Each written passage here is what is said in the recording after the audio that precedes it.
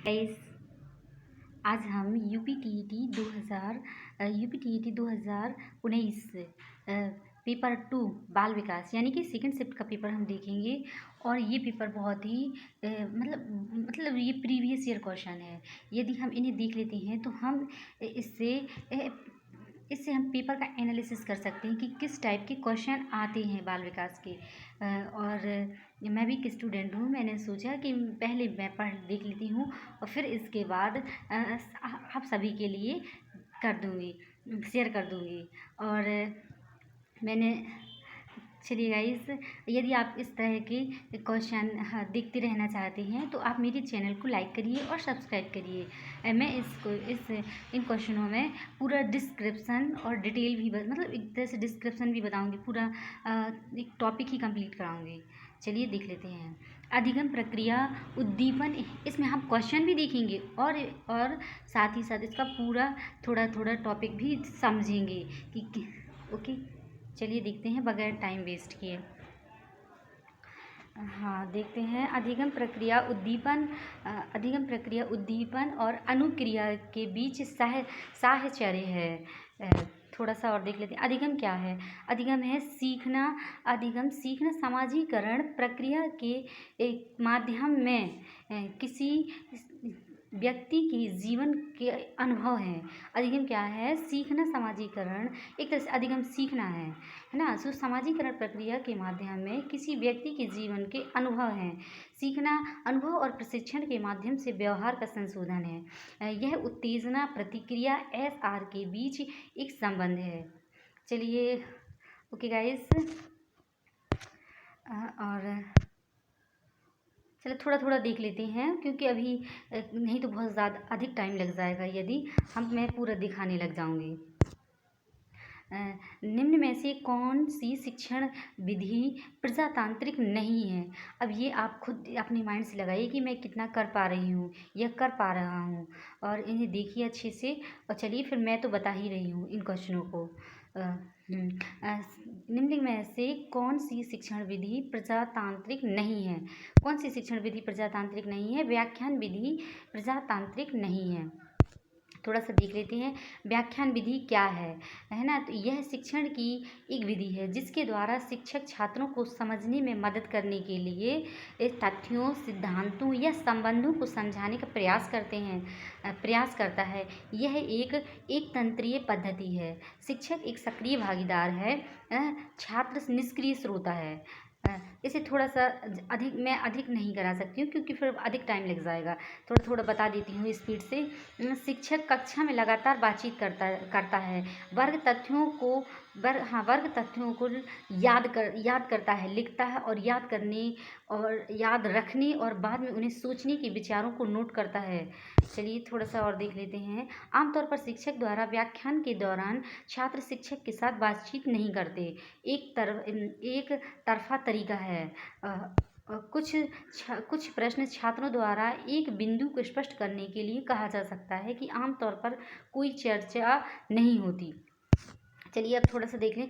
क्या है? ये एकदम व्याख्यात्मक रूप से है तो इसे सिर्फ मैं पढ़ती जा रही हूँ। आप थोड़ा थोड़ा से इसे समझिए, जो मेन पॉइंट है इसे देख लीजिएगा। अब मेरा पर्पज़ सिर्फ क्वेश्चन दिखाना है। निम्न में से किस प्रश्न द्वारा सृजनात्मक सोच को सर्वाधिक अच्छे ढंग से अनुमानित किया जा सकता है? किससे सृजनात्मक सोच को सर्वाधिक अच्छे ढंग से अनुमानित किया जा सकता है? इसका देखते हैं। इसे भिन्न तरीकों से हल किया जा सकता है। सीधा मैं 4 ऑप्शन नहीं पढ़ रही हूँ, सिर्फ एक डायरेक्ट क्वेश्चन जो मेन क्वेश्चन आंसर है उसी पे ही एक तरह से बता रही हूँ। ऐसे आप पूरा पढ़ते जाइए 4 ऑप्शन, फिर उसमें अपने मन से भी संशोधन करिए कि ये कौन सा हो सकता है। चलिए, शैक्षिक उद्देश्यों के ब्लूम के वर्गीकरण के भावात्मक पक्ष से निम्न में से कौन सा स्तर संबंधित नहीं है? कौन सा स्तर संबंधित नहीं है? ज्ञान। क्या है, शैक्षिक उद्देश्यों के ब्लूम ब्लूम एक वैज्ञानिक हैं, ब्लूम के वर्गीकरण के भावात्मक पक्ष से निम्न में से कौन सा स्तर संबंधित नहीं है? ज्ञान संबंधित नहीं है, आग्रहण संबंधित है और विस्थापन और अनुक्रिया भी संबंधित है। चलिए थोड़ा सा देख लेते हैं। बेंजामिन ब्लूम का वर्गीकरण 3 पदानुक्रमित मॉडल का एक समूह है जो शैक्षिक अधिगम उद्देश्यों के वर्गीकरण को संदर्भित करता है। वर्गीकरण में ब्लूम ने अधिगम के 3 ज्ञान क्षेत्रों की पहचान की, जिसमें संज्ञानात्मक, भावात्मक और गामक विकास शामिल है। चलिए नेक्स्ट देखते हैं। निम्नांकित में से कौन सा समस्या समाधान में अवरोधक कौन सा समस्या समाधान में अवरोधक नहीं है? कौन सा समस्या समाधान में अवरोधक नहीं है? अंतर्दृष्टि, है ना। यदि जैसे कोई समस्या है, उसे क्या कहते हैं? एकदम चिंता और नकारात्मक मानसिक वृत्ति, निराशा, है ना। तो ये समस्या समाधान में अवरोधक नहीं है। अंतर्दृष्टि, यदि हम अंतर्दृष्टि से सोचते हैं तो ये क्या है? ये अवरोधक नहीं है समस्या समाधान में। ये समस्या को सॉल्व करने में ही मतलब एक तरह से अहम भूमिका निभाती है। निम्न में से कौन शिक्षण का स्तर नहीं है? कौन सा शिक्षण का स्तर नहीं है? इसे हम देखेंगे। कौन सा? अभिप्रेरणा स्तर शिक्षण का स्तर, स्मृति का स्तर, अवबोध स्तर और विचारात्मक स्तर, ये शिक्षण के स्तर हैं। बहुत अधिक टाइम लग जाएगा, मैं इसे डिटेल में नहीं बता सकती हूँ, लेकिन थोड़ा सा तब भी बता सकती हूँ। प्रभावी रूप से शिक्षण के 3 स्तर हैं, स्मृति स्तर, और देखते हैं समझ का स्तर, अवबोध, विचारात्मक स्तर। इसे आप रोक के थोड़ा सा देख सकते हैं, यदि मैं थोड़ा थोड़ा दिखाती जा रही हूँ। निम्न में से कौन सी शिक्षण विधि प्रगतिवादी सिद्धांतों पर आधारित है? कौन सी शिक्षण विधि प्रगतिवादी सिद्धांतों पर आधारित है? समस्या समाधान विधि प्रगतिवादी सिद्धांतों पर आधारित है। शिक्षा का प्रगतिशील सिद्धांत, इसे अंत की दिशा में परिवर्तन या आंदोलन के रूप में परिभाषित किया गया है, और इसके विपरीत किसी भी दूसरे छोर की ओर किसी अन्य दिशा में आंदोलन प्रतिगामी है। चलिए थोड़ा सा देख लेते हैं। समस्या समाधान विधि प्रगतिशील सिद्धांत पर आधारित है। यह सिद्धांत इस बात पर बल देता है कि छात्रों को सक्रिय प्रयोग के माध्यम से विचारों का परीक्षण करना चाहिए और अधिगम दुनिया के अनुभव के माध्यम से उत्पन्न होने वाले शिक्षार्थियों के प्रश्नों में निहित है। चलिए देखते हैं नेक्स्ट। क्षेत्र विशेष में बालक की विशिष्ट योग्यता एवं विशिष्ट क्षमता को कहते हैं। क्या कहते हैं? चलिए देखते हैं। अभिक्षमता क्या है? किस क्षेत्र विशेष में बालक की विशिष्ट योग्यता और विशिष्ट क्षमता को कहते हैं अभिक्षमता कहते हैं। चलिए अभिक्षमता थोड़ा सा देख लेते हैं। और अभिक्षमता एक बच्चे की सापेक्ष फिटनेस है, जिसमें से एक आवश्यक पहलू है दक्षता हासिल करने की, उसकी तत्परता, उसकी संभावित क्षमता, और दूसरा उसकी योग्यता का अभ्यास करने में रुचि विकसित करने की तत्परता। निम्न में से कौन सा कथन सत्य नहीं है? ये देखना है, इनमें से कौन सा कथन सत्य नहीं है। एक मात्रात्मक प्रक्रिया है, शिक्षा एक लक्ष्य उन्मुख प्रक्रिया है, और अधिगम व्यवहार परिवर्तन की एक प्रक्रिया है, वृद्धि एक जैविक प्रक्रिया। इसमें कौन सा कथन सत्य नहीं है? देखते हैं इसमें कौन सा कथन सत्य नहीं है। ये है विकास एक मात्रात्मक प्रक्रिया है, ये सत्य नहीं है। बहुत ज़्यादा गर्मी है, इसलिए थोड़ा सा चलिए देख लेते हैं, फिर भी हम पढ़ेंगे, टाइम वेस्ट नहीं करेंगे। एक 4-5 वर्ष के बालक में अपने पिता की अपेक्षा माता के प्रति अत्यधिक प्रेम की भावना विकसित हो जाती है। बालक के व्यवहार में होने वाले इस परिवर्तन को फ्राइड द्वारा क्या नाम दिया गया?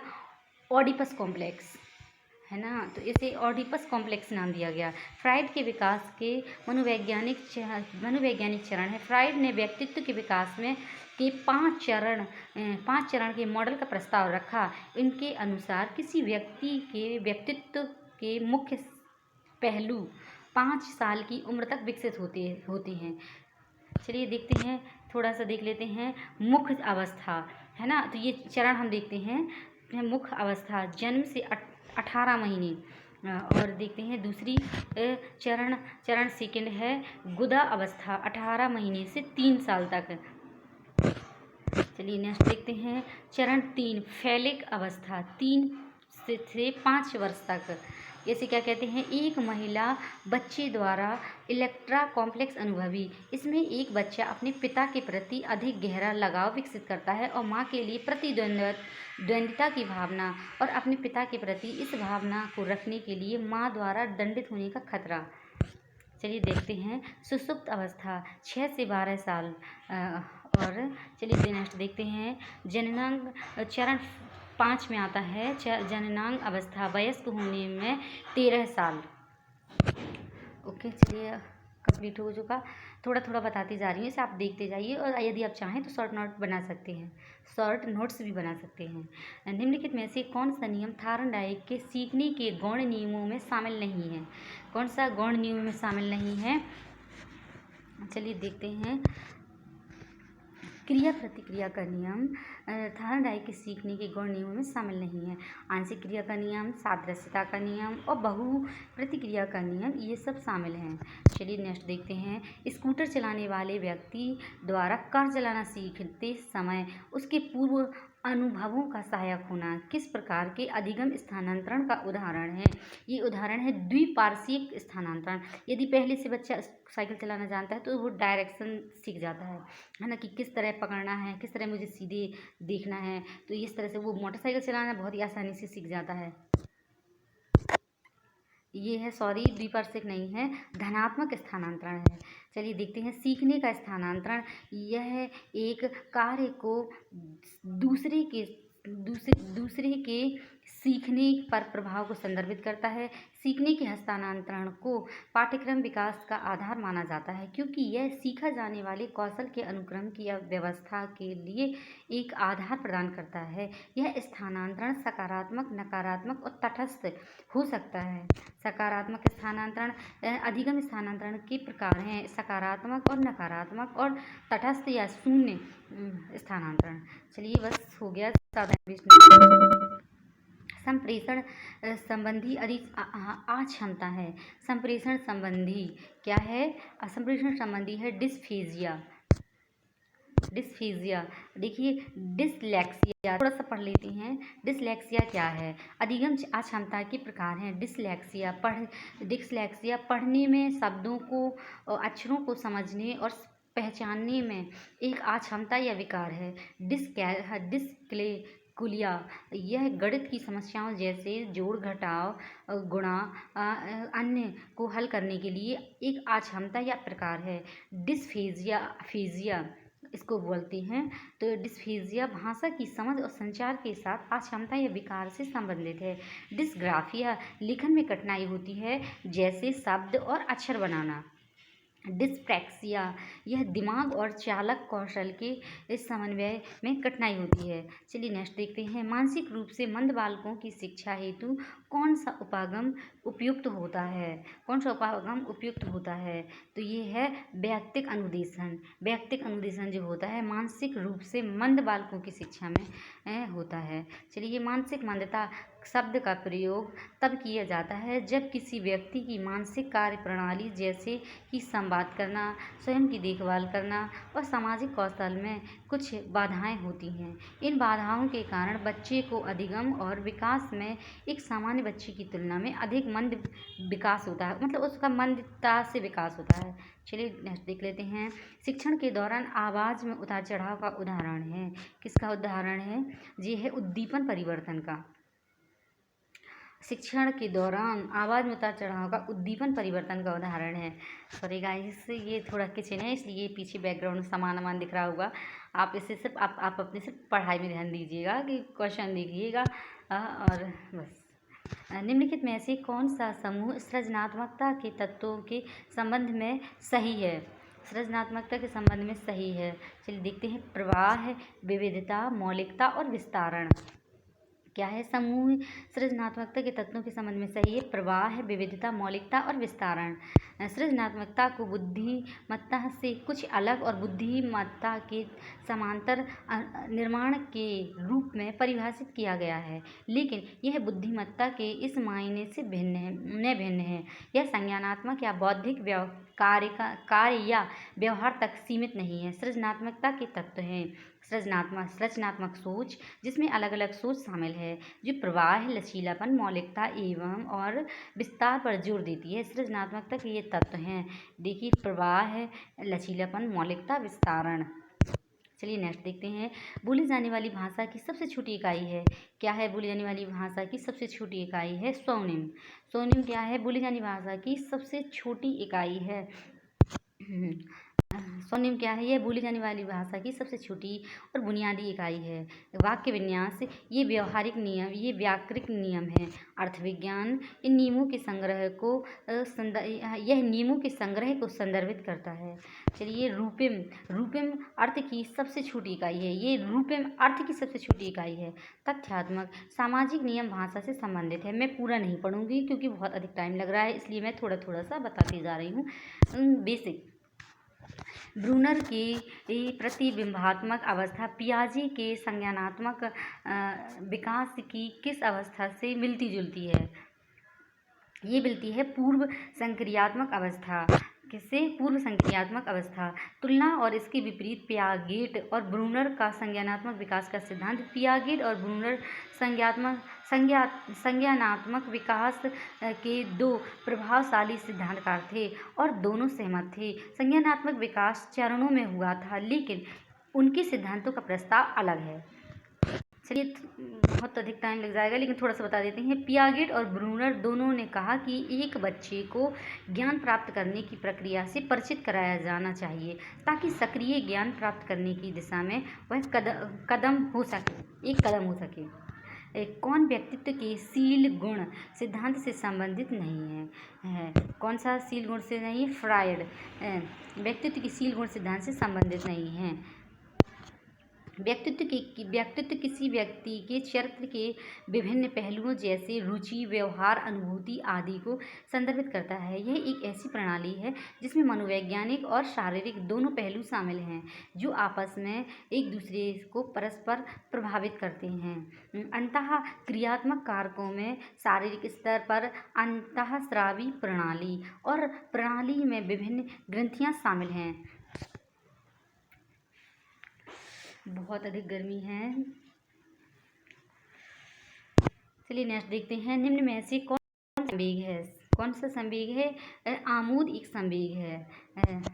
ये थोड़ा सा क्या है, ये गलत हो गए हैं क्वेश्चन, लेकिन आप तो ग्रीन पे नज़र रखिए, आपको मैं सिर्फ पेपर दिखा रही हूँ, है ना। संवेग क्या है? संवेग के बारे में थोड़ा समझते हैं।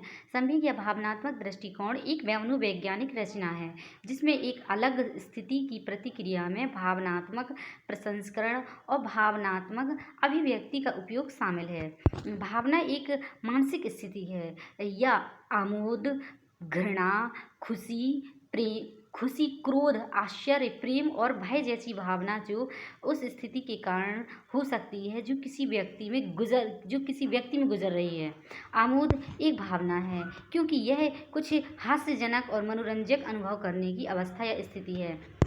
चलिए नेक्स्ट देखते हैं। FIACS के साथ मूल रूप से संबंधित है। अब ये बताइए, आप खुद पहले देखिए उसे बताइए। FIACS के साथ मूल रूप से संबंधित है, कौन सा है? ये है फ्लेंडर। फ्लेंडर क्या है? FIACS। चलिए इसके बारे में थोड़ा सा पढ़ लेते हैं। Flander interaction analysis category system. Flanders interaction analysis category system. यदि जो मतलब ये क्वेश्चन यदि इस टाइम मतलब प्रीवियस ईयर के क्वेश्चन है, यदि आप चाहें तो इसे लिख सकते हैं और थोड़ा सा रिवीजन कर सकते हैं। चलिए नेक्स्ट देख लेते हैं। निम्न कथनों में से कौन सा प्रश्न कौशल के लिए सही नहीं है? प्रश्न कौशल के लिए सही नहीं है, हाँ अथवा नहीं। उत्तर वाले प्रश्नों की संख्या बढ़ाना, ये प्रश्न सही नहीं है। चलिए, शिक्षण कौशल को सीधी या परोक्ष रूप से सीखने वाले छात्रों की सुविधा के लिए शिक्षण कार्य या व्यवहार के एक समूह के रूप में परिभाषित किया गया है। यह दैनिक शिक्षण में बड़े पैमाने पर कार्यरत है। चलिए नेक्स्ट थोड़ा सा और रह गया है, बगैर टाइम वेस्ट की कर लेते हैं। निम्न में से कौन सा व्यक्तित्व मापन की प्रक्षेपी तकनीक है? कौन सा है व्यक्तित्व मापन की? प्रासंगिक अंतर्बोध परीक्षण। चलिए नेक्स्ट देख लेते हैं। सृजनात्मक समस्या समाधान की वह अवस्था जिसमें व्यक्ति आसंगित सूचनाओं पर ध्यान नहीं देता उसे कहते हैं, क्या कहते हैं? उसे कहते हैं उद्भवन। उद्भवन कहते हैं। रचनात्मक वह घटना है जिससे कल्पनाशील और मूल विचार वास्तविकता में बदल जाते हैं। यह उन लोगों के पास क्षमता है जो रचनात्मक, दृढ़ और कल्पनाशील है। चलिए नेक्स्ट देख लेते हैं वगैरह टाइम वेस्ट किए। सूक्ष्म शिक्षण क्या है? सूक्ष्म शिक्षण है अवश्रेणीयन शिक्षण। अवश्रेणीयन शिक्षण क्या है? सूक्ष्म शिक्षण शिक्षण प्रशिक्षण में उपयोग की जाने वाली एक तकनीक है जो विशिष्ट शिक्षण व्यवहार प्राप्त होने तक अभ्यास, प्रतिक्रिया, पुनरावृत्ति के माध्यम से विशिष्ट कक्षा दक्षताओं को प्राप्त करने में मदद करती है। चलिए नेक्स्ट देख लेते हैं। इसमें हमें क्या है? सुमेलित कीजिए। सुमेलित करना है। हल क्या है? इसमें अपने मन से दिमाग लगाइए कि कौन सा सही हो सकता है ना। तो यदि जिसने थोड़ा बहुत पढ़ रखा होगा तो वो आराम से इस पेपर को सॉल्व कर सकते हैं। चलिए देखते हैं। हाँ, हल का क्या है? प्रणोद अवकलन सिद्धांत। देखते हैं जी है हल का है प्रणोद अवकलन, है ना। और मैकडोगल का है मूल प्रवृत्ति सिद्धांत। और सी मनोविश्लेषण सिद्धांत। और मास्लो का क्या है? आवश्यकता सिद्धांत। चलिए नेक्स्ट देखते हैं। निम्नलिखित में से कौन सा अभिक्रमित अनुदेशन का सिद्धांत नहीं है? कौन सा है? अभ्यास का सिद्धांत अभिक्रमित अनुदेशन का सिद्धांत नहीं है। चलिए नेक्स्ट देख लेते हैं। थार्नडाइक के उद्दीपक अनुक्रिया सिद्धांत SR थ्योरी में सीखने की प्रक्रिया में क्या महत्वपूर्ण नहीं है? क्या महत्वपूर्ण नहीं है? इसे आप देखिए अच्छे से। क्या महत्वपूर्ण नहीं है? क्रिया प्रसूत व्यवहार, यह महत्वपूर्ण नहीं है। निम्नलिखित में से किस प्रकार की अधिगम को गैगने के अधिगम पदानुक्रम में सर्वाधिक निम्न स्थान पर रखा है? किसे रखा है? संकेत अधिगम को। किस प्रकार के अधिगम को गैगने ने के अधिगम पदानुक्रम में सर्वाधिक निम्न स्थान पर रखा है? संकेत अधिगम को। संकेत रॉबर्ट गगने ने अधिगम के सिद्धांत की स्थितियां या घटनाओं को सामने रखा। गगने के अनुसार अधिगम का अर्थ है व्यवहार के नए तरीकों को प्राप्त करके किसी व्यक्ति के प्रदर्शन क्षमताओं को बढ़ाना। उनके सिद्धांत ने इस बात पर जोर दिया कि प्रत्येक प्रकार और सीखने के स्तर के लिए अलग अलग आंतरिक और बाहरी स्थिति या घटनाएं आवश्यक हैं। गैगने के पदानुक्रम अधिगम की संरचना के प्रकार हैं। संकेत अधिगम, और नेक्स्ट है उद्दीपक अनुक्रिया अधिगम, और नेक्स्ट है श्रृंखला अधिगम, शाब्दिक अधिगम, एकाधिक अधिगम, एकाधिक भेदभाव, प्रत्यय अधिगम और नियम अधिगम। चलिए, और समस्या समाधान अधिगम।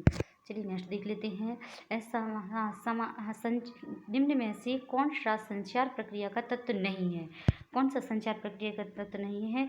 पुनर्वलन क्या है? संचार प्रक्रिया का तत्व नहीं है। आप इसे देख सकते हैं अच्छे से, और ये प्रीवियस ईयर के क्वेश्चन हैं। थोड़ा सा संचार के बारे में मैं समझा देती हूँ। संचार क्या है? संचार एक व्यक्ति से दूसरे व्यक्ति तक सूचना, विचार और दृष्टिकोण संचारित करने का कार्य है। यह 2 तरह की प्रक्रिया है। संचार प्रक्रिया की तत्व कौन कौन से हैं? चलिए देखते हैं। कम्युनिकेटर प्रेषक, संचारक या प्राप्तकर्ता, संदेश संचार का माध्यम, प्रतिक्रिया या इंटरेक्शन, प्रतिपुष्टि। चलिए इसे आप थोड़ा सा रुक के करेंगे, देखेंगे तो आप अच्छे से इसे पढ़ सकते हैं और लिख भी सकते हैं, शॉर्ट नोट्स बना सकते हैं। Okay guys, bye bye, take care, good night. क्या है? हाँ, गुड नाइट तो बोल ही सकते हैं, good evening. Okay guys, bye. इसे अच्छे से देखिएगा, और यदि आप चाहते हैं कि मैं इस तरह का वीडियो बनाऊं और पेपर को दिखाती रहूं तो आप इसे लाइक करिए और सब्सक्राइब करिए। Okay guys, bye bye, take care. अब मैं नेक्स्ट अपना वीडियो संस्कृत पे लाऊंगी, संस्कृत सब्जेक्ट पर लाऊंगी। Okay bye. 30 क्वेश्चन।